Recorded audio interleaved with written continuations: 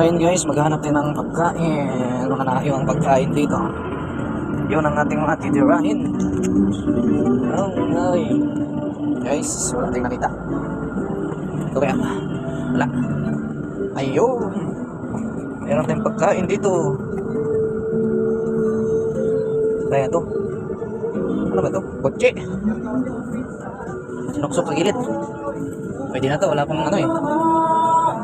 Naka-plastic naman eh. Kainin na natin. A few moments later.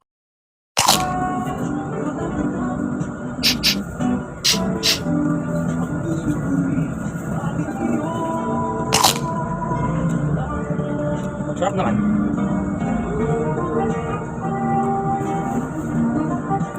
Mainit-init pa.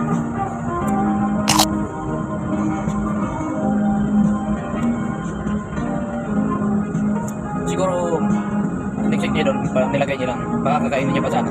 Kaya naiwan.